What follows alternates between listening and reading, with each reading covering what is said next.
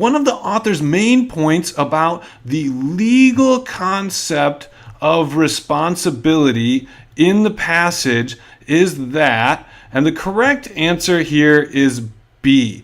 Responsibility and guilt are legal concepts and their meanings can be modified. So here, let me show you. Their legal concepts and their meanings can be modified. So if something is a legal concept, that means that it's decided in a court of law. So for instance, just anything like any law is a legal concept that courts get to decide. But something that's not a legal concept, for instance, is, say, a math concept. So what does 2 + 2 equal? This isn't up to lawyers. They're not allowed to change it. That's up to mathematicians. So this is not a legal concept. And modified simply means that something can be changed with time. So what in the passage makes us believe that B is correct, that responsibility and guilt are legal concepts and their meanings can be modified? Well, there's several pieces of evidence. So here it says, in 1724, an English court maintained that a man was not responsible for an act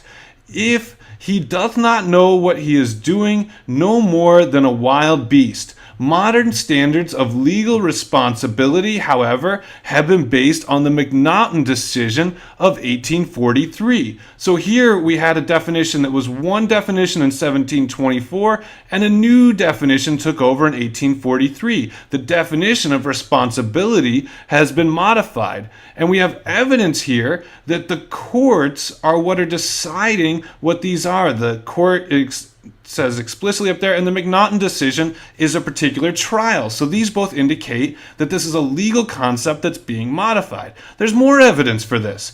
So later on it says, during the 1970s, a number of state and federal courts adopted a broader legal definition of insanity. So in this case, insanity is what's referring to responsibility, because people that are insane are not responsible. And here they are adopting a broader legal definition, which means that the definition is being modified. And finally, once again, we see that it's a legal definition of insanity or responsibility and guilt that's being adopted. And so it's a legal concept. The final piece of evidence for this that I found when reading is it says that the problem of legal responsibility in the case of mentally disordered individuals is currently a topic of intense debate.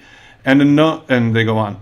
So once again here, we see that it's a legal concept of responsibility as opposed to maybe what you think responsibility is. It's the court's decision. And if it's a topic of intense debate, that means they're arguing about perhaps even modifying it again today. So anyways, 3 pieces of evidence that B is the correct answer.